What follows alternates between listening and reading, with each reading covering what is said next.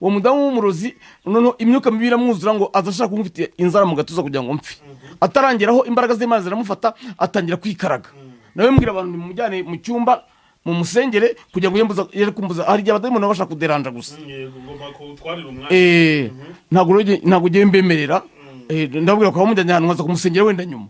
Njye nimwe mu musengera. Nabwo umupastor umwe araza nsanga kuri podium aramwa ngo pastor ni ngo dayimoni ziravuze ngo ngwino ngo ntago ziri muve mutaje. Ndabona pu nigenda uzibwire ngo ni mu mutegeka. Aravuze ngo ni mumuvemo ataje. Zita zimuvoma ko kanya. Hanyuma rero badayimoni nibibwa. Dage yaravuze umva ukuntu Dage yabavuze. Dage Imana imumugisha cyane. Yaravuze ngo intwaro zabo bafite intwaro zoroheje cyane. Izacu n'ikirimbuzi pari raporo yiza Satani. None ngo ni impamvu akoresha amayeri. Umuntu ufite intwaro zikomeye urabona burya nk'abanyamerika cyangwa abarusiya ntago bajya kujya kurwana hano ngo bagende mu ibanga. Ariko imitwe y'iterabwoba irihisha kubera ko nta ntwaro zikomeye bagira. N'abadayimoni rero nta ntwaro zikomeye bagira, ni impamvu bihisha bagakoresha uburiganya n'amayeri. Ushobora kugenda watangira kubwiriza ubutumwa ukabona umuntu afashwe n'imyuka mibi utatekereza ko yamufata. Cyane ahubwo nawe ataranabizi. Ahubwo se Bishop wenda naboneraho kubaza ikibazo. Umuntu ashobora kumara igihe kinini aboshye kandi atabizi. Nibyo ahubwo benshi.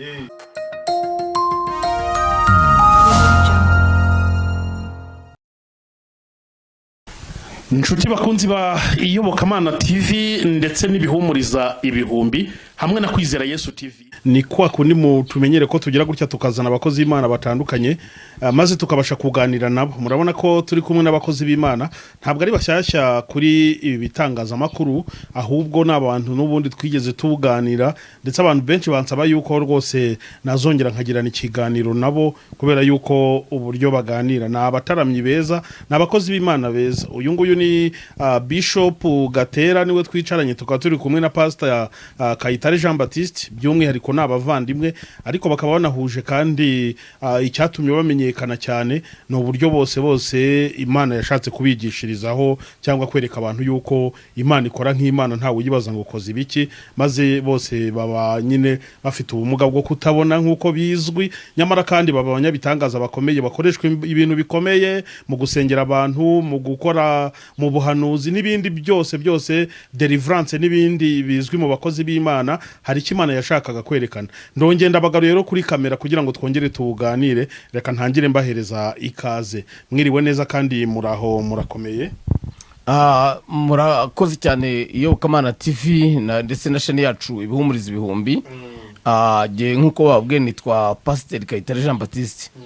Umurimo Imana maze imyaka 38 muri umurimo w'Imana. Natangiye gukora Imana nkiri umusore muto. Ndabaramukije rero mwese abadukurikiye, Imana ihumugisha mu izina rya Yesu.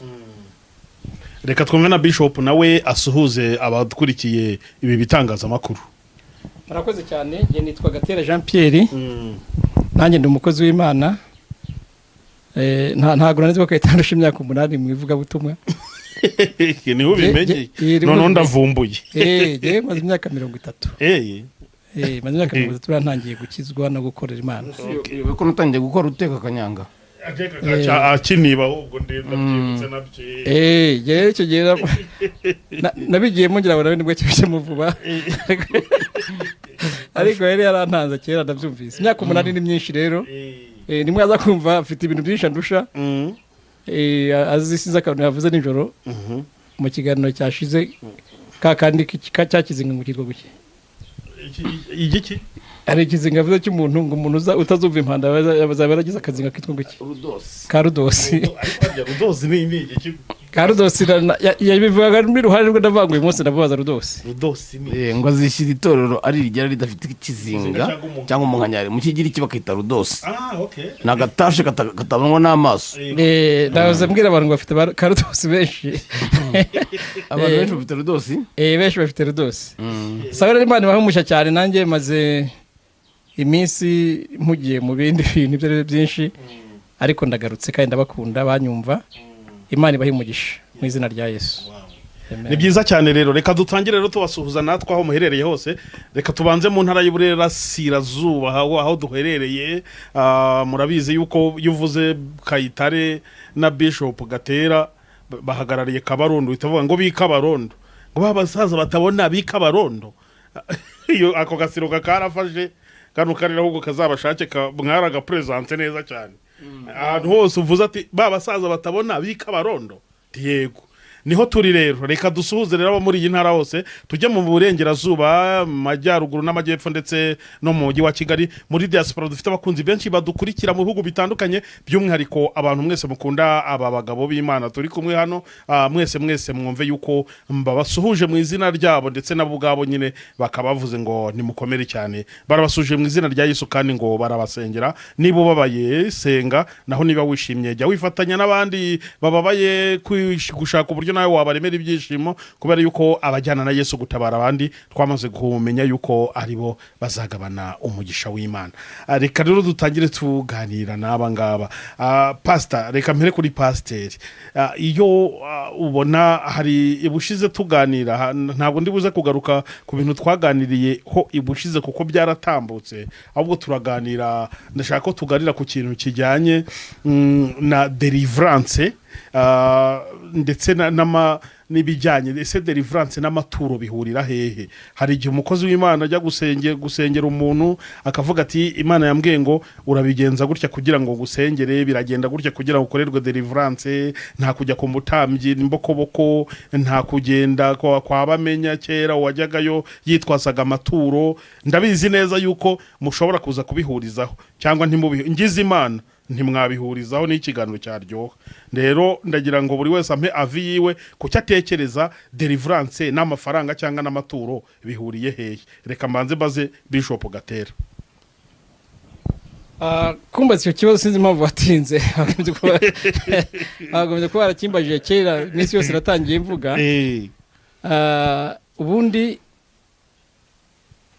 mu bintu bigendanye no gukizwa no kubohoka ubundi umuntu wakijijwe wese abagomba kubohoka yego maze iminsi mbwira abantu ko agakiza ari urugendo ni urugendo ariko nibwo dukizwa dufite ahantu twanyuza henshi hatandukanye kuko niba Bibiliya ivuze ngo umuntu uri muri Kristo Yesu abaye icyaremwe gishya ibya kera biba bishize ibintu byose bikaba bihindutse bishya hanyuma rero hari igihe umuntu akizwa akabona aracyafite urugamba rwa rugamba rero afite agatekereza wenda akavuga se sinakijijwe neza sinakiriye Yesu ariko iyo urimo ushaka kugira ngo ubohoke neza ugomba kubanza kumenya uwo uri we cyangwa naho waturutse kuko buriya niba turi hano Iburasirazuba undi akaba ari mu Gisaka za Rusumo hirya iriya naho ni Iburasirazuba za Kirehe buriya kuva Kirehe Ngoma Kayonza Rwamagana Nyagatare Gatsibo na Bugesera ni tuba turere turindwi turi mu ntara yacu y'Iburasirazuba ni ukuvuga iyo uri umunyamwuka ukagera aho hantu urahagera ukabona n'impamvu haba hatandukanyije amazina ni ukubera ko haba hanatandukanyije n'ikirere rero hari imbaraga ziba ziri aho hantu abavuga buto bose iyo bageze ahantu ushobora kugera ahantu ukashasanga ugiye kubwiriza ugahindurirwa kubera ko ibyo ugiye kuvuga ahantu bitandukanye n'ibyo wavuze ahandi hanyuma hakaba n'isomo rya rusange isomo ry'agakiza kuri rusange ku isi yose ariko isomo ryo kubohoka hari ukuntu ikirere kiba gifite imbaraga zikiboshye rero iyo utangiye kugira aho hantu ukabwira abantu ukaganiriza abo bantu ni ukuvuga ngo baba bagomba gusobanukirwa neza za mbaraga zibarimo ziboshya ku gace kandi cyane cyane iyo umunyamwuka uhageze urabimenya kuko hari igihe ushobora kugera ahantu watangira kusenga dayimoni zivuye mu bantu birwamagana ntiziba arizo ziva mu bantu bikayonza urimo uranyumva neza kubera ko hari igihe irwamagana baba ari abacuruzi ikayonza bakaba ni abahinzi hanyuma wagera Nyagatare ugasanga ni aborozi dayimoni nazo zigera zitandukana bitewe n'ibyo none se wagize ngo urugero ariko sawa dayimoni baba mu bashumba b'inka wa mugani buriya nibo baba mu bahinzi oya niyo tuvuge urugero wenda reka mvuge no mu mirimo isanzwe tuzi yego ntabwo dayimoni ziba mu muntu wize zitandukanye n'iziba mu muntu utarize. Yes. Ntago amayera aramwe. Murabyumva? Ni nayo mpamvu uzasanga abantu benshi batandukanye nkanjye impamvu nagize imyuka myinshi mu gihe cyo nakizwa. Groupe nabanaga nayo yari itandukanye niyo Kayitare yabanaga nayo. Ngiye nabanye na groupe Kayitare abanye na groupe ko yagize amahirwe yo kwiga aratinda. Yabanye na groupe y'abanyeshuri. Yego. Ngiye mpita mbivamo vuba mbana na groupe y'abantu bita imparata. Bacuguraga itini. Baziba bazizana nimugoroba baza bangurira dukina urusimbi. Urumva rero abadayimoni banje uko jye nahamagawe ntago ariko Kayitare yahamagawe. We yahamagawe ari umunyeshuri yarize we yaranatangiye no gukora akazi bimunanira nyine kubera impamvu ariko jewe ntago ibyo nigize mbyitaho. Ni kuba rero ngo ni nayo mpamvu buriya iyo bavuga ijambo amaturo ni ijambo rikomeye cyane. ngira ngo ataragera ku bintu by'amaturo namwunganira ku kugeranye n'abadayimoni na buri gace. Mu nyigisho maze iminsi ntanga ku bihumuriza ibihumbi ivuga ku ntambaro yo mu mwuka nabwiye ko satani ntagabera hose icyarimwe kuko byanditse muri Petero wa mbere igice cya 5 umurongo w'8 n'umurongo w'9. Satani ni inzererezi ntagabera hose icyarimwe ariko afite ibikomangoma muri buri bice byose. Ni ukuvuga ngo afite igikomangoma gishinzwe Afurika, gishinzwe Aziya, gishinzwe Amerika, gishinzwe Uburayi, akagira igishinzwe buri gihugu, igishinzwe buri ntara, buri karere, buri kagari na buri mudugudu na buri muntu na buri muhanda na buri rugo na buri ruzi na buri bwoko. Hari ibikomangoma bibashinzwe. Hari igishinzwe buri kampani, hari igishinzwe buri torero na buri torero rifite igikomangoma cya Satani kishinzwe. Bisomye Daniel igice cy'icumi uhere ku murongo wa 10 gukomeza icyo gice ubona uburyo Daniel yarahanganye n'ibikomangoma by'ubuperesi ndetse n'ubumedi kuko icyo gihe nibo bayoboraga kare gace. Rero nicyo nagira ngo mvuge mu ntambaro mu mwuka rero ugomba kumenya ibikomangoma biyoboye ahantu. None Uganda n'abantu Yoweri wenda utangiye mu kwiganira iryo jambo ryo kubohoka ni Uganda n'umuntu ugasanga umuntu wari mu rusengero azi kuririmba azi kubyina azi kugira gute cyangwa azi kugira ibintu byose azi ariko iyo muganiriye mukimbika ukinjira mu buzima bwe ushobora gusanga hari ahantu agera akagongana n'ikintu kikamunanira kikamugora kubera zambaraga we atarasobanukiwe akagisobanukira ubundi ni kuki ibingibi mbisunika bikanga ni kuki bigenda gutya na gutya. Aho rero niho hantu nicyo deliverance imaze. Ni ukuvuga rero nyine iriya myuka yose igira buri kintu cyose igira ukuntu tuvuge urumva umupolisi uri mu muhanda yibereye yarimo control imodoka agira ibindi urumva yarwanywa nk'uko umuntu ari kureba umurwayi amudoda buri wese afite ikintu kimurwanya n'intambara arwana nazo. Hanyuma ikindi Gatera ataragira ku bintu by'amafaranga ko ni nawe uri bubivuge iby'amafaranga arabizi cyane jewe nababwiye ko nta bimenyereye cyane. Muri Yesaya 10 yaka cyane nako turaza kubimenya muri Yesaya 10 umurongo wa 27 haravuga ngo uwo munsi umutwaro baguhekeshaga uzakuva ku bitugu uzakurwa no kuburetwa bagushyizeho. Hanyuma hakavuga muri Bibiliya y'Ikinyarwanda iravuga ngo uburetwa buzamarwa no gusigwa ariko ntagatifu n'Ikirundi aravuga ngo uburetwa buzimukira umudendezo. Hanyuma ubwo buretwa rero buba mu buryo butatu. Hari iri jambo ryo muri Yesaya 10 umurongo wa 27 risobanura imivumo mu buryo butatu. Hari umuvumo wakubayeho, hari umuvumo ukuriho, hakaba n'umuvumo ugutegereje. Umuvumo wakubayeho rero ni ibintu bikubaho ariko mu by'ukuri utarigeze ubigiramo uruhare. Kuko hari ibyaha buri cyaha burya kigira umuvumo wacyo. Ntanga urugero nko kwiyahura. Uwo muvumo umara mu muryango imyaka 1000. Gukuramo inda uwo muvumo umara mu muryango imyaka 1000.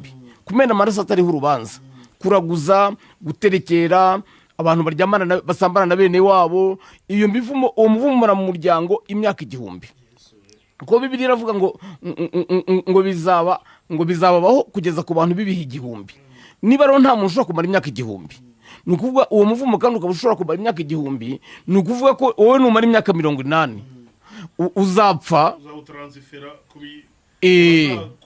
uwo muvumo byawe by'ibihe 1000. Noneho ni ukuvuga ngo hari abantu rero bagendana umuvumo ariko mu by'ukuri nta ruhare babigizemo.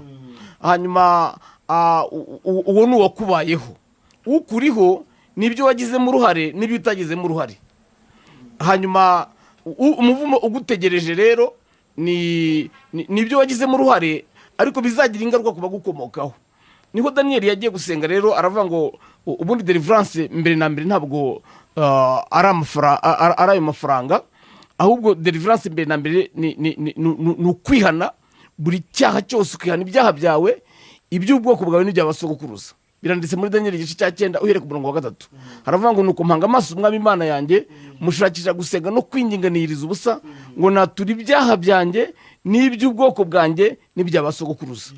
Jewe iyo ndimo nyobora umuntu muri deliverance mbanza kumwumva, kumva ibibazo bye, hanyuma nkamuyobora kwatura buri cyaha cyose yakoze yibuka, n'ibyase n'ibyanyira n'ibyanyirasenge n'ibyanyina wabo, nk'uko iryo jambo ry'Imana ryo muri Daniyeli igice cya 9 umurongo wa 3 rivuga. Urumva rero abantu benshi bagenda ari imbohe batabizi. Kandi nkumenera ibanga, mbamenera ibanga abankurikiye mwese, nta mbohe yibohora. Wari ubizi? Nta mbohe yibohora. Ninde ubohora pastor? Uburetwa bumarwa no gusigwa, nuwabisigiwe. Yesaya ibice 60 haravuga ngo uhere ku murongo wa mbere kugeza ku murongo wa 3, haravuga ngo umwuka w'umwami Imana ari kuri jye, ngo kuko Uwiteka yansize amavuta ngo mbwirize abagwa neza ubutumwa bwiza, ngo yantumye ngo kuvura abafite imvune mu mitima, no kumenyesha imbohe ko, no kubwira imbohe ko zibohowe, no gufungurira abari mu mazu y'imbohe. Niki kibanza nuko yasizwe. Ubundi uriya n'umwuka wa Kristo wavugiraga muri Yesaya, ariko n'abakristo barasizwe, n'abakozi b'Imana hari ababisigiwe. Nta mbohe rero ishobora gupfa kwibohora. Gira ngo birumvikana. Noneho rero reka mbaze Bishop, ibyo rero deliverance, iyo mivumo, karande z'iyo ngiyo, ibyo byaha by'umuryango biruhererekane bihurira hehe n'amafaranga cyangwa n'amaturo? Ndabivuga nyuma. Ariko ubundi iyo bavuze icyo bita ubutumwa bwiza bw'ubwami, ubutumwa bwiza bw'ubwami buri mu bice bine.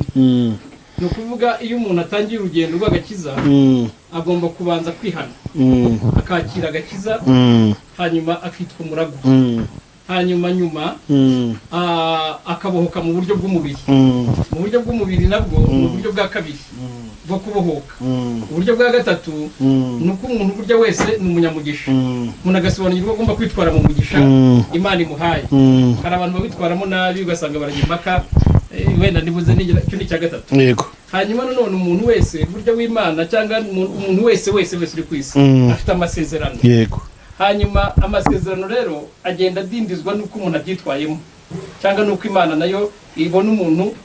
Ushobora kuba tuvuge ubu ngubu wowe Joel cyangwa Kayitare cyangwa Gewe, ubu ngubu tugize gutya ubuzima turimo ubu ngubu, urumva? Hanyuma ubu ngubu ushobora kujya gutya nabona amafaranga menshi cyane, nabona titiri ikomeye, mu kanya gato ugasanga sinongeye kubikoza. Kubera iki? Kubera ko urwego namaze kugeramo bamaze kugera hejuru. Imana ikabona imeze nk'irimo gushaka kuntakaza, kubera yuko izi ko nimara kumpa ibintu birenze ibyo ibyakagombye kuba bifashije mu murimo wayo nzawuta. Ikagenda rero indegera nk'uko umuntu aregera isaha. Kuko umugisha rero abantu benshi bafite umugisha, ariko ntibabizi. Ngira ngo uratekereza ko kino kiganiro ntabwo dushaka kugitindamo cyane. Kandi pastor abasobanuriye cyane ibintu bigendanye no kubohoka, uburyo buri gace kagenda kagira imbaraga zikarwanya. Hanyuma ibyo byose ntabwo bagenda babisobanukiwe. Niyo mpamvu abantu bakeneye gukorerwa deliverance.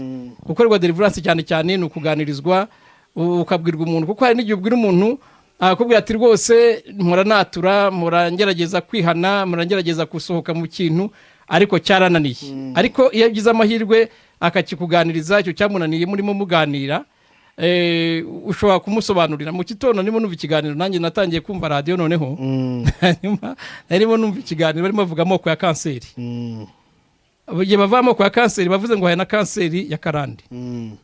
Hari kanseri ya karande, hakaba na kanseri nyine zindi cyane cyane ngo kanseri yo mu maraso na kanseri yo mu mara ikunze kuba kanseri ya karande igenda ituruka mu gisekuru cy'umuntu ku buryo rero mu gihe cya kera gakondo y'abantu hari abagendaga bacubona kanseri zo mu maraso n'izo mu mara kubera ko batari bamenya kwivuza bigenda byokama n'abandi bantu ku buryo ngo n'abana bato muri kino gihe benshi barazirwaye kandi ngo zaraturutse muri karande y'amaraso y'igisekuru cyabo ibyo rero byose iyo uganira n'umuntu agenda abisobanukirwa bimenya ukamenya neza intambara rwana nazo aho zagiye zituruka noneho rero wambwiye cyane ku kintu ugendanye n'amaturo ngira ngo ibyo maturo utarabigeraho ndashaka kuvuga kubihereranye no kubohoka nyine ndacyakomeza kubivuga yes hari agatabo tumaze iminsi dusoma Gatera avuze ko yatangiye kumva amakuru nta nubwo akunda no gusoma ibitabo ariko njyewe nubwo ntabona njye nsoma n'ibitabo ubwo umuntu yakwibaza ngo bisoma ute nshaka umuntu akansomera mfite mare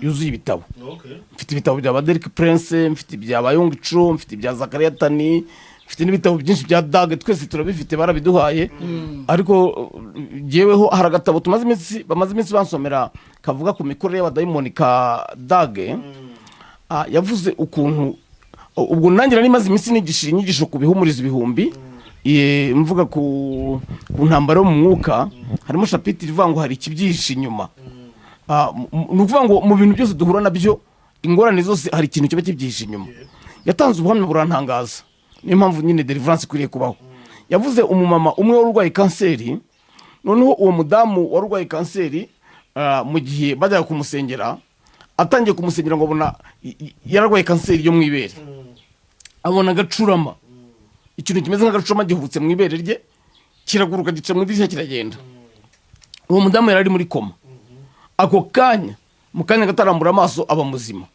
urumva abaganga bari babonaga ari kanseri ariko mu by'ukuri yari kanseri yazanywe n'uwo mudayimoni wihishe mu gacurama avuga undi mugabo wari umukozi w'Imana ngo agiye guhishurwa abona inkende iri ku rutugu rw'uwo mugore irimo kumwongorera ngo nave mu murimo w'Imana yigendere noneho hashize iminsi mike uwo mugore wakoraga umurimo w'Imana neza abona ataye umugabo arigendera koko hanyuma rero niyo mpamvu ibintu byinshi bibi duhura nabyo Satani aba yihishe inyuma yabyo ku bihumuriza ibihumbi navuze no ku isomo ryitwa akagabarozi bateza abantu mu ntambara yo mu mwuka wari uzi ko buri gace hariho umurozi ukuriye abandi barozi ku isi hari umurozi ukuriye abarozi mu migabane mu ntara buri gace kaba gafite abarozi kandi noneho abarozi nandi bambwira abantu nsobanura abantu ntago abarozi ari abakecuru bafite amaso atukura ushobora kumurenganya yirwariye amaso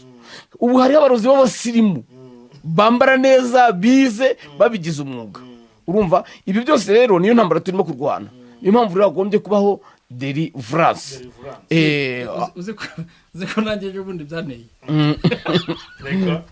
ejo bundi nimamagara ngo deliver ejo bundi twari turyamye nijoro madame ajya kwemva ikintu kirimo kiragendagenda agize gutya acanye itara arebye abona yeguye irido gutya ku idirishya ryacu mu nzu yacu nta mbebe ibamo nta muserebanya ubamo urumva agize gutya abona imbeba nini uzi ikintu yakoze ubwo ntabwo yaravuze ngo yavuze mu izina ry'umuntu ko agenda ntuza mu izina rya Yesu avuga izina ry'umuntu imbeba n'uyu munsi ntitongera kuyibona ari we ubyivugiye madamu yari imwe nini iraza rero dayimoni zihisha mu bintu byose yego cyane ushobora no gusanga hari umunsi hano njye kubera ko nkunda kwirukana abadayimoni cyane rero niyo sinzi ikibazana hari umunsi umwana yavuye ku ishuri saa 11 yego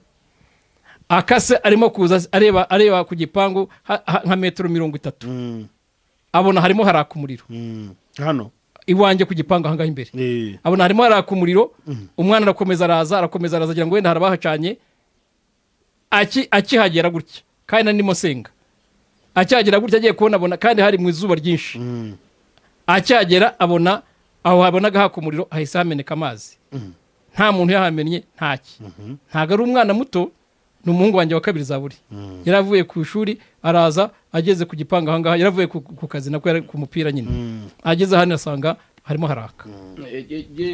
namaze gusobanukirwa ibanga. Hari inyigisho none nigisha ivuga ubushobozi bw'amasengesho mu kubuza ababisha bacu kutugeraho. Hari amasengesho ashobora gutuma abadayimoni batagera iwawe batanakugeraho. Nanjye mbere bajyaga bantera, ariko nagize ubwo nsobanukirwa iryo banga ngera ku rwego dayimoni idashobora kuza ngo ibashe kunyegera. Ni ukuba imbere y'Imana amasaha menshi, gusenga amasaha menshi. Urumva Joel, nibura gusenga wowe iyo usenze, nibura iyo usenze wasenze umara nk'umwanya ungana n'icyo usenga uvuga udaceceka.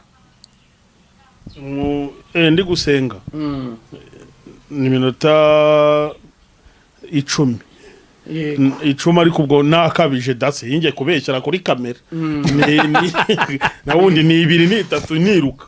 Umunyantege nke rero wo mu masengesho akwiye kuba imbere y'Imana nibura ijambo nibura omwe isaha imwe ku munsi. Igihe cyose utangiye gusenga, atari gusengera ibiryo, atari gusengera ifanta.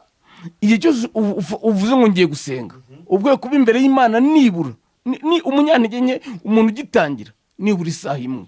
Hanyuma ndibuka umuntu umwe uba hanze mu bihugu byo hanze yarambwiye ati, pasiteri, kugira ngo nanjye nkorera Imana, kugira ngo nzabone amavuta nk'ayawe bizagenda biti?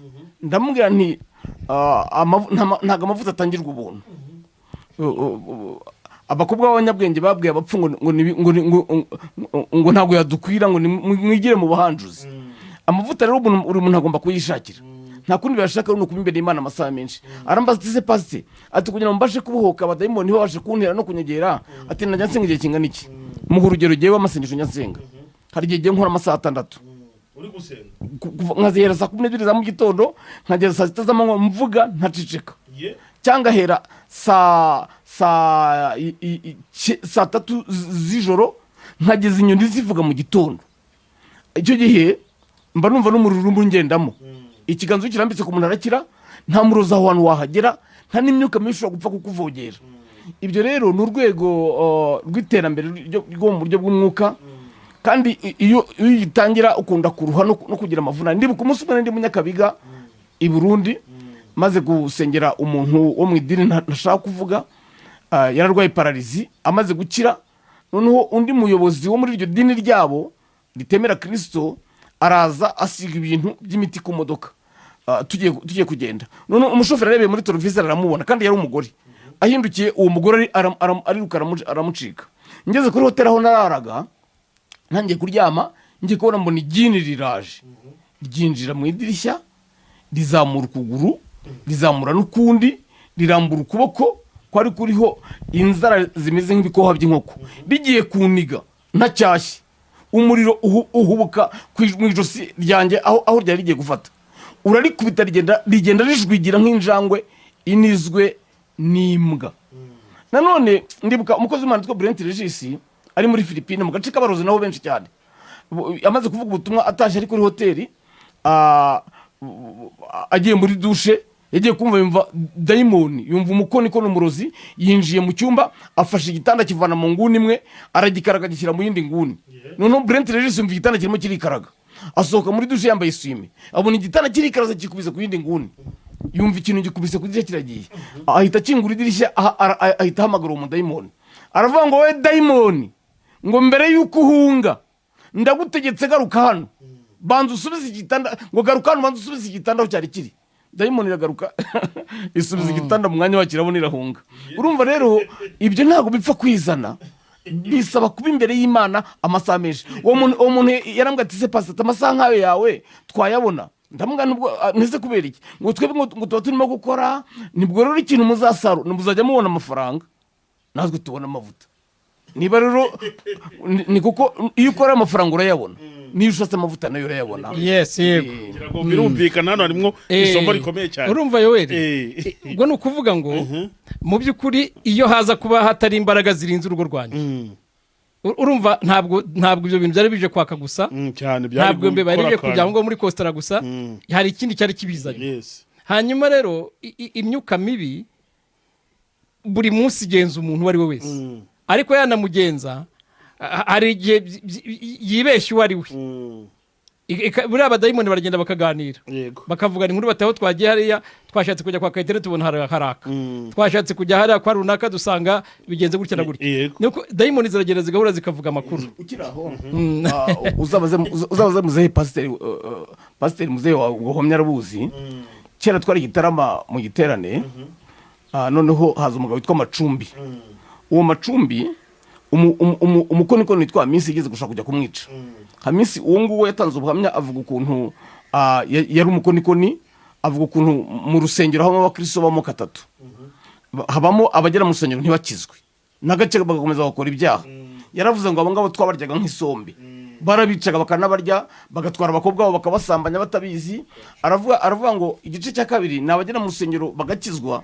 rimwe bakaba bakijijwe ubundi bakaba baguye aravuga ngo abagabo rimwe na rimwe twarabashoboraga ubundi bakatunanira aravuga ngo hari igice cya gatatu rero ngo gikunda gusenga kandi cyamaramaje ngo iyo twageraga mu ngo zabo twasanga umuriro waka ku irembo nk'uko nyine umwana yabonye umuriro waka kwa Pst Gatera twasanga umuriro waka ku irembo ryabo ngo ku buryo ibidayimoni byacu byazaga bikatubwira ngo kuki mwatwereje kuri bariya bantu nuko avuga rero ukuntu niko ngiye gusorezaho ukuntu bateye umupasiteri witwa Macumbi bashaka kujya kumwica noneho barikora ishyirahamwe ry'abarozi baragenda bageze kwa Macumbi basanga urugo rwe rugoswe n'umuriro mwinshi waka ku buryo batabashije kuhagera kandi hari ahantu mu cyaro hatari amashanyarazi noneho ngo bagenda bavuza induru bahunga bati umuriro hariya wari utwishe njyewe Macumbi nabimubajije twari kumwe Bujumbura kundahangwa mfite ibiterane kuri Pentecote arambwira ati bahora baza kundoga bakagenda ati inshuro nyinshi sinanabimenya wari uzi ko gate inshuro nyinshi tutanabimenya ntabwo tubimenya n'ubundi ntabwo tubimenya kuko tuba turi muri protection y'ijuru sinzi ngira ngo tugiye gusoza ntabwo dutinda cyane yego ba mugani wawe twatarama bukagenda bwira cyangwa bugacya kubera ko ni inkuru ndende iyo uvuze ku bintu bya deliverance ni ibintu biba bitinze kandi abantu benshi buriya b'Imana abakristo benshi abantu benshi ndibuka ushobora kugenda watangira kubwiriza ubutumwa ukabona umuntu afashwe n'imyuka mibi utatekereza ko yamufata cyane ahubwo nawe ataranabizi ahubwo se Bishop wenda naboneraho kubaza ikibazo umuntu ashobora kumara igihe kinini aboshye kandi atabizi nibyo ahubwo benshi jewe nari ndi mu giterane mu rusengero rumwe i Kigali noneho nari maze icyumweru nigisha nyine ku ntambara yo mu mwuka umunsi wa nyuma rero twakusanyije ibyo kubohora hari abadamu babiri bava indimwe basengera muri nditoro naryo ntari buvuge kubera impamvu z'akazi abo badamu baza mu rusengero noneho umugeni ndimo kubwiriza bo umwe yumva ngo arwaye nka malaria undi ngo yaramaze imyaka myinshi arwaye ibintu yumva adasobanukiwe nanjye gusenga umwe abantu barabohoka cyane abantu bakira ibibyimba bakira za kanseri bakira indwara tujye kumva twumva abadayimoni bavugije induru bavuze induru muri uwo mugore umwe tangiye kumusengera mbabajije ngo ribangaye baravuga ngo ni 117 abadayimoni bamurimo bakimara kumuvamo ako kanya no muri nawe nawo bavuza induru wongera ngo yavuye mu 80 urumva kandi bari babizi ko baboshye none umuntu niyo mpamvu muri Yesaya 60 haravuga ngo Yesaya 61 haravuga ngo kandi yantumye kumenyesha imbohe ko ziboho zigomba mbere na mbere nukuzibimenyesha no kuzikingurira rero urumva n'amagambo abiri kumenyesha imbohe ko zibohowe no gukingurira bari mu nzu z'imbohe urimo urumva ntamboye warumva umunyuru ushatse kwifungura baramurasa nta munyuru ujya wifungura umunyuru wese ava muri gereza ari uko bamuhoye reka twumve na Bishop akomeze sawa ngira ngo tuvuze ibintu byandanye no kubohoka abantu benshi bakeneye kuganirizwa yego abantu benshi baganirije ntago basobanukirwa umuntu abazi ko nyine yakire Yesu umwami n'umukiza ariko akabona maragenda hura n'ingorane hura n'ibibazo bitandukanye hanyuma iyo muganiriye umenya kavukireye mukaganira ukamwumva none ukabona uhera utangira kumusengera bo noneho no kuvuga iyo umuntu amaze gukizwa ababaye angaje mu kazi k'Imana mu murimo w'Imana noneho buriya njya nkunda kuvuga ku bintu bigendanye n'amafaranga amaturo ari mu bwoko bwinshi ari mu buryo butandukanye bwinshi hanyuma iyo turimo tuvuga wenda ku bintu bigendanye no kwigisha ijambo ryo kubohoka iyo urimo kwigishwa kubohoka cyane cyane ku bantu bafite imizimu iturutse mu kuba wabakore bayikoreye iyo abantu baterekeraga cyangwa bakabandwa cyangwa bakaba bafite ibintu bagiye bacisha iwabo 30% hari igihe abantu bahura n'ingorane batazi ko ibyo bintu wabo byababayeho cyangwa bamara kubikora akajya ngo ntacyo bitwaye nta niho rero impamvu twigisha abantu gutanga ngewe mbigisha cyane cyane reka mvuge ngewe impamvu nigisha abantu gutanga mbere cyangwa nyuma yo kubohoka iyo umaze kubohoka impamvu ari ngombwa gutanga cyangwa se nkabitwaranira hamwe byose kwigishwa kubohoka hari igihe uba uhanganye n'imbaraga z'ibyo watanze yego tuvuge urugero cyangwa watanzweho ni ukuvuga hari igihe bagira ibintu bagutangaho bakakuzirika mu mbaraga wenda z'imyuka mibi ya myuka mibi rero ifite ibintu watanzweho maze kugiramo experience ndende iyo usenze mvuga nti shingiye ku bintu uyu muntu yatanze mu bapfumu shingiye no kubyo atanze imbere y'umukozi wawe urimo urabyumva neza ndavuze ngo iri turo nirivuguruze imbaraga z'ibyo yakoreye kwa Satani yakoreye cyangwa yakorewe ni ukuvuga biba bigaragaza ko we wa muntu asohotse mu bwami yakoreraga yiyangaje mu gukorera ubundi bwami yego ibyo rero kubisobanukirwa biragoye cyane kubera ko abantu benshi cyane bazi ko iyo umuntu avuze ijambo amaturo aba arimo kuvuga amakuru y'ibyo kushaka kwikorera business ariko usomye Bibiliya ijambo ry'Imana ijambo ituro ririmo inshuro ziri hejuru y'inshuro 170 hafi n'8 iyo kandi ni ituro rikora imirimo itandukanye mu buzima buriya amaturo agira puissance ikomeye cyane nayo mpamvu kuyavuga tuvuge urugero yewe nshobora no guha abantu umwanya tukajya impaka akambwira ngo nakiriye Yesu nk'umwami n'umukiza Yesu yaraje atubera incungu y'ubugingo bwacu urimo urabyumva neza ariko Yesu ikintu yakoze amaraso y'ikintu yakoze gikomeye yakoze ikintu kigendanye no kubabarira abantu ibyaha agakiza gatangirwa agakiza kaboneka kubw'amaraso ya Kristo hanyuma kubohoka nako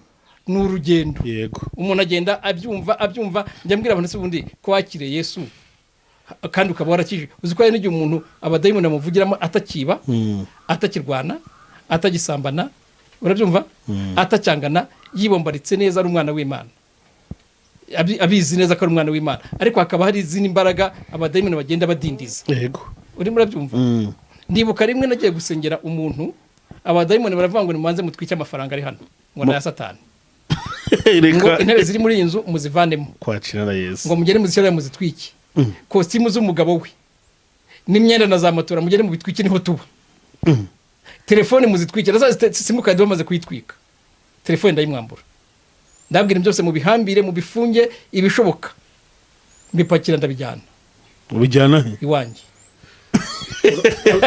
urabitwara ndabitwara umva nkubwire ko byagenze ntago nabigumanye narabitwaye ndagenda bishyira mu rugo maze kubishyira mu rugo kuri buri kintu cyose nagiye mfataho mbishyira mu rugo iwanjye ku munsi wa 4 biri iwanjye mu rugo naragiye nkoreye amasengesho yo kurara mborogera Imana ku munsi wa 4 ndi iwanjye mu rugo turi ku meza na madamu twenyine saa 6 ya telefone nari nyifite yo ntabwo nayifashaga hasi numvira soni nta simukadi irimo urabyumva irasona imaze gusona wa muntu ndamwita madamu ahita ahaguruka ariruka arigendera ati ibintu by'amahano bibaye muri rugo nibiki ndayakira ngo niko ni gutya yahise ambwira nubaga ijwi ry'umugore ngo niko ngo ni wowe ngo wanyambuye abana banjye ngo batatanasubiza ibintu byanjye ndavuga narabakwambuye nabagomororeye Kristo kandi ntabwo uzongera kubafata ngo none ngo ngiye gutwika inzu yawe ngo ugiye gushya urabyumva neza ndavuga nti reka shani iryo terabwoba ryanyu ni mugende anshikiraho ngo telefone iraceceka urabyumva neza filime irangirira aho ngaho ibintu hashize icyumweru ndongera ndabibasubiza n'ubu barabifite ubu babirya nta kibazo bafite Yesu uri muranyumva neza siko satana boha koko satana afite udukoryo twinshi cyane noneho abakristo ingorane bafite zikomeye bashaka gukizwa ariko ntibashaka kwigishwa no gukora yego noneho rero bamaze no kwifata mu rwego rubi cyane ku buryo ari nayo mpamvu usanga hafi buri bakristo bose babaye abajyampaka babaye abantu b'impaka abantu bo guca imanza abantu bo kwirirwa baganira baca imanza baca impaka gusa ntago bemera kwigishwa ariko abantu bigishijwe ijambo ry'Imana ni ukubanza kwakira Kristo umuntu agakizwa icya kabiri ni ukumenya imbaraga zimurwanya birimo gusengera umuntu uko agenda akubwira imibereho y'ubuzima bwe uko agenda akubwira hari n'igihe umuntu rwose ashobora kukwaturira ibyaha yewe wari uzi ko hari igihe umuntu akizwa akaririmba akagira gute wamubwira uti ugasanga yarabyaye wamubaza ugasanga ni umwana wa gatanu mu rugo iwabo wajya kureba ugasanga n'abakuru be bose barabyaye bagiye babyara batari bashaka abagabo noneho kugira ngo uhangane na za mbaraga rero ugomba kumenya za mbaraga izo arizo ituro iyo ndavuga ngiye uko ndivuga nshingiye nuko nsoma urumva hari abantu buriya iyo ndimo kwirukana abadayimoni mu muntu nkabirukana bakavamo bakagenda niyo utama ituro nabyirukana bakagenda ariko iyo bagiye bameze nk'uko abukira inyoni mu masaka cyangwa mu muceri niyo batakomeje kwangiza we bangiza n'ibindi ariko imbaraga zo kubatsinsura neza 90% iyo umuntu yumvi hari n'igihe umuntu atanga ituro rye aritanze ameze nk'umuntu wikiza yego bapfe kubikora ngo reka ndiguye ngo none se ngo ko naguhaye ituro ngo kuki ngo ntakize ntabwo ari bwaye kugira ngo akire buriya we aba arahise yishyira mu kiguzi nkuguza ubuzima nkuguza umwenda n'umwenda urawuguruka ugacika n'imodoka urayigura miliyoni 50 igasaza hanyuma rero rya turo rye akaritanga ataritanze kuko yumvisha ijambo ry'Imana akaritanga nkugura cya kintu ubona akomeza kibera muri kamereze umuntu yibereye muri kamereze rero akaritanga ahubwo n'abadayimoni komera bakurye neza kuko nanone urakomeza ugatanga n'ibindi kwa satani no kubana ni ukuvuga rero hari abantu bamenyereye ikindi cya kabiri biri musengera umuntu umuganiriza abantu bamenyereye kuraguza badashaka gukizwa urumva batanga amafaranga menshi ariko ntibakizwe yego ni ukubera iki ayamenyereye ibyo kujya mu bapfumu uri muranyumva neza ntabwo nzi niba hari icyo utari wasobanukirwa ngira ngo Pst Kayitare mbere wenda yo kugira icyo yongeraho gatoya impamvu usanga abantu wenda birevoluta cyangwa nuko umuntu wese ugaragara ko afite impano yaba umuhanuzi yaba umuntu wadutsweho no gukora ivugabutumwa wese umuntu amuhamagara ati kugira ngo usengere banzu bigenze gutya bigenze gutya ibyo niyo mpamvu abantu baba babirambiwe awenda ikibazo nabaza kugira ngo pastor aze kubisubiriza rimwe ubundi deliverance kuba umuntu wese yitwa ko akorera Imana mukuri bivuze yuko afite impano yo gukora iyo deliverance cyangwa deliverance ikorwa nande mu buhe buryo nahareka pastor akibusobanura yego urakoze cyane igisubizo kiroroshye cyane urabajije ngo mbese umuntu wese afite impano yo gukora deliverance ndagisubirisha ikibazo nanone nanjye reka nkubaze mbese abakorerwa deliverance abakorerwa ibyitwa deliverance bose barabohoka ahubwo abenshi ntibabohoka yego hanyuma jyewe maze igihe nsengera abantu mu mpande zitandukanye akambwira ati nagiye kumuvuga butumwa runaka nagiye hanaha nabonanye n'abavuga butumwa bakomeye hari abambwira ati twabonanye n'abatanzania twabonanye n'abafrika y'epfo n'abaki ati ibintu bimbaho n'ibyigeze bimbaho hanyuma twamara kumusengera uwo muntu akabohoka ariko jyewe ntawe mbwira ngo ampa amafaranga ariko umuntu yabohotse ashobora no kuyaguha ashobora no kuyaguha kandi atanayaguhaye atanayambaye ngenda komeza nkamusengera hanyuma ariko icyo nzi cyo nuko ntago ari bose keretse abasizwe abasizwe nkuko byanditse muri Yesaya 61 nabivuze ngo umwuka w'umwami Imana ari kurye kuko Uwiteka yansize urumva ntago rero abantu bose uribuka hari abasore benesike dusaba muri Bibiliya babonye Paulo na Sila birukana abadayimoni nabo bajya kwirukana abadayimoni mu bantu baragenda baravuga ngo mu izina rya Yesu twuvanye Paulo ngo nimubavemo abadayimoni baravuga ngo Yesu turamuzi na Paulo turamuzi ngo mwebwe muri bande Bibiliya iravuga ngo barabashishimura. Ntabwo navuze ntabwo nabashekeje. Ubwo muri urwo rusengero abo bamama babiri bafashwe n'abadayo bagaragaye ntabwo baba bafashe uwo munsi, ahubwo nibwo baba bagaragaye kubera umuriro w'Imana uburi aho hantu. Umwe yaragiye yarasakuzaga cyane, arimo no kwigaragura imbere y'iteraniro. Noneho mbwira bajya ko mujyane mu cyumba bimwe musengera kugira ngo bansengera abantu bandi kuko abasengerwaga bari benshi. Dayimoni ngo zirababwira ngo Kayitare nataza ntabwo turi umuvemo. Ndababwira nti mujyane mubwirizo dayimoni ngo ntabwo mumutegeka ni mumuvemo ataje, ziragenda zimuvamo. Kindi gihe nabwo nari ndi Kirehe hariya nyine ndimo kuvuga ubutumwa ku itorero rya Vekishesi, twari twakora iteraniro hanze. Umudamu umwe w'umurozi, imbaraga z'Imana zari zamanutse, abantu barimo gukira mu buryo butangaje. Uwo mudamu w'umurozi noneho imyuka mibi iramwuzura ngo azashaka kumufitiye inzara mu gatuza kugira ngo mpfe. Atarangeraho imbaraga z'Imana ziramufata, atangira kwikaraga. Nawe mbwira abantu mujyane mu cyumba mu musengere kugira ngo yere kumbuza. Hari igihe abadayimoni bashaka kuderanja gusa. Ntabwo ugiye mbemerera. Ndabwira ko bamujyanye ahantu nkaza kumusengera wenda nyuma. Njye nimwe mumusengera. Nabwo umupastor umwe araza nsanga kuri podium aramwa ngo pastor ngo dayimoni ziravuze ngo ngwino ngo ntabwo ziri muve mutaje. Ndabona nigenda uzibwire ngo ni mu mutegeka. Aravuze ngo ni mumuvemo ataje. Zita zimuvoma ko kanya. Hanyuma rero badayimoni nibibwa. Dage yaravuze. Umva ukuntu Dage yabavuze. Dage Imana imumugisha cyane. Yaravuze ngo intwaro zabo bafite intwaro zoroheje cyane. Izacu n'ikirimbuzi pari raporo yiza Satani. Noneho ngo niyo mpamvu akoresha amayeri.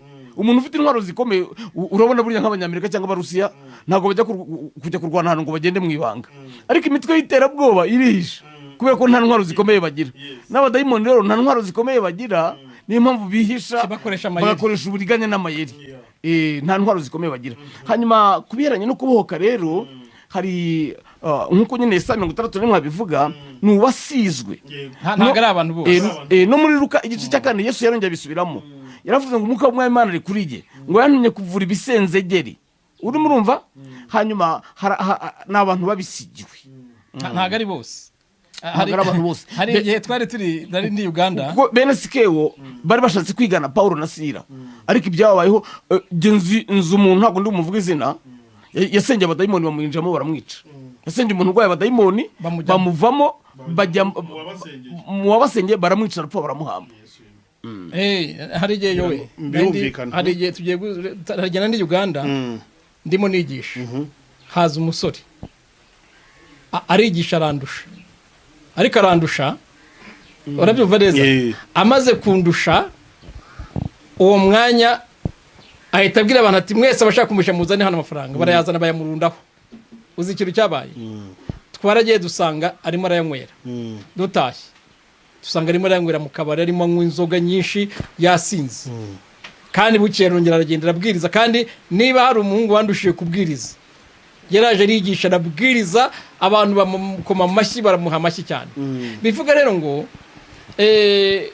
gusobanukirwa umuhamagaro biragoye. Ikindi kintu cyitwa imbaraga zo gusigwa n'amavuta, ntago abantu bose bafite impano ya deliverance. Urimo urabyumva neza?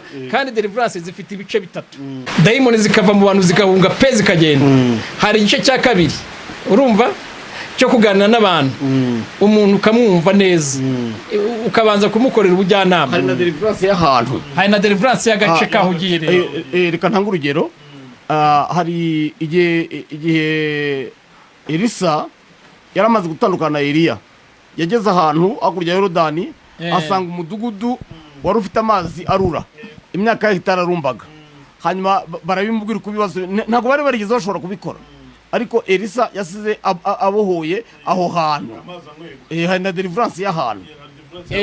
Ahantu hagera tuvuge urugero nk'inaha mu Rwanda tugira ibintu byo kwirukana za nyabingi, imandwa, abacwezi n'ibindi n'amahembe n'ibitega. Hari ushobora kugera ugasanga ntibihari.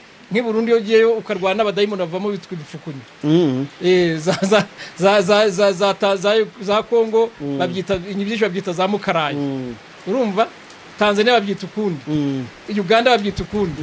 Ni ukuvuga rero dayimoni zigenda zirwana bitewe n'agace umuntu arimo akagenda abwiriza. Iyo ubwirije rero zigenda ziva mu bantu. noneho n'umuntu ku giti cye abantu bashobora kuba ari abana 5 bavukana hanyuma wabasengera ntibavemo abadayimoni b'ubwoko bumwe kubera iki umwe afite aho yabikuye undi n'ibyo mu muryango undi n'ibyo ahandi ndavuga aya magambo n'amagambo ubundi ngiye nigisha amasaha 3 amagambo ya deliverance nyigisha amasaha 3 nkavuga ku kintu cyitwa imbabazi z'Imana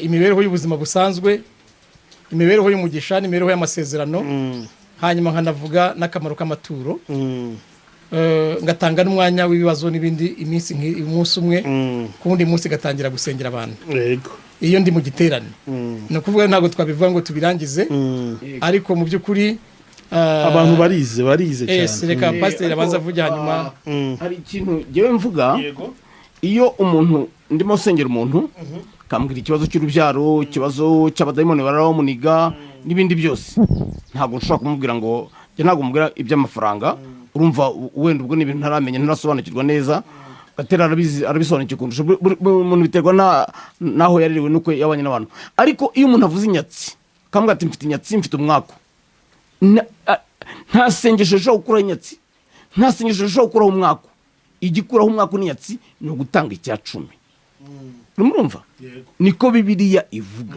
ni ugutanga icya 10 Maraki 3 umurongo w'10 n'uwa 11 haravuga ngo ngaho nimubingeragereshe murebe ko ntazabagomorora imigomero yo mwijuru nkabasuka mugisha mukaburaho mukwiza ntago ivuga ngo nimusengerwe ntivuga ngo nimugire muti ngo nzahana indyanye Imana nibwihana ibintu bikwangiriza igahana inyatsi igahana ibyo bintu byose gutanga 1/10 icyo rero nukuvuga ngo nubwo uzasengerwa amasengesho angana ati nubwo uzajya kwa Ben Hinn bakagusengera amasengesho akomeye ariko ndavuga ku binyatsi n'imyako n'ibihombo n'ibindi udatanga 1/10 ntushobora kuzunguka nirwo rufunguzo rwonyine Bibiliya ivuga rw'umugisha waruzi ko ijambo rivuga ngo nimubingeragereshe murebe ko ntazabagomorora imigomero yo mu ijuru uzi ko nta rivugwa ku cya 10 honyine nta nandi rivugwa muri Bibiliya niho rivugwa honyine ngo nzabagomorora imigomero yo mu ijuru je kandi ntabwo ari kubyigisha gusa nabikozemo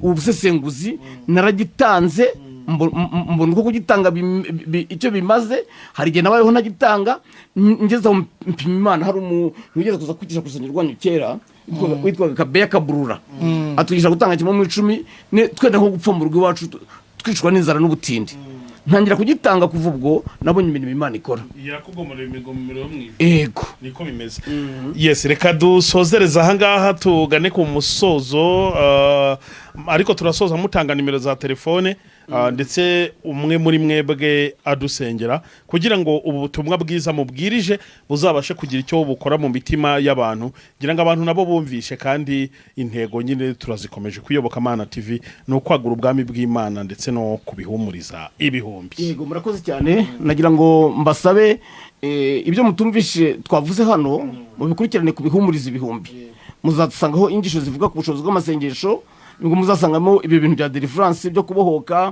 muzasangaho iby'intambara yo mu mwuka ngo muzabona menya iby'imikorere y'abadayimoni hanyuma rero genda Pst Kayitare nka nimero yanjye ya telefone nakamenyetso ko guteranya 250 7 8 8 4 1 3 3 7 9 hanyuma kubari mu Rwanda nyine ni 0788 41 33 79 Imana ibamugisha Jewe Gatera ngira ngo nimero zanjye ni guteranya 250 7 8 8 4 3 hanyuma iyo hano iwacu mu Rwanda vanaho nyine code vanaho kodi rwara kuri 0788 8 wundi 4 3 8 yego reka pastor asenge yego ndagushimye Mana ya Abrahamu na Isaka na Yakobo ndagushimiye ko wera ndagushimira ko ukiranukira kudukunda kandi twitaho ijambo ryawe ntabwo rizasubira uko ryaje niko Yesaya yavuze nkuko imvura na shelege bimanuka bigatosa ubutaka niko ijambo ryawe ridashobora gusubira uko ryaje senge abaduteza amatwi mwami hari abantu benshi bamaze kwiyumva ko baboshye ndakwingize kuboko gukomeye kubakoreho iminyururu itangire gucikagurika kandi ijambo ryawe rigere ku bantu benshi rikora imirimo ikomeye umugisha y'Iyobokamana TV n'ibihumuriza ibihumbi umugisha Bishop Gatera nanjye ukomeze kumfasha no kungira neza ukomeze kutwagura no kutugira neza muri byose mu izina rya Yesu Kristo umwami wacu amen amen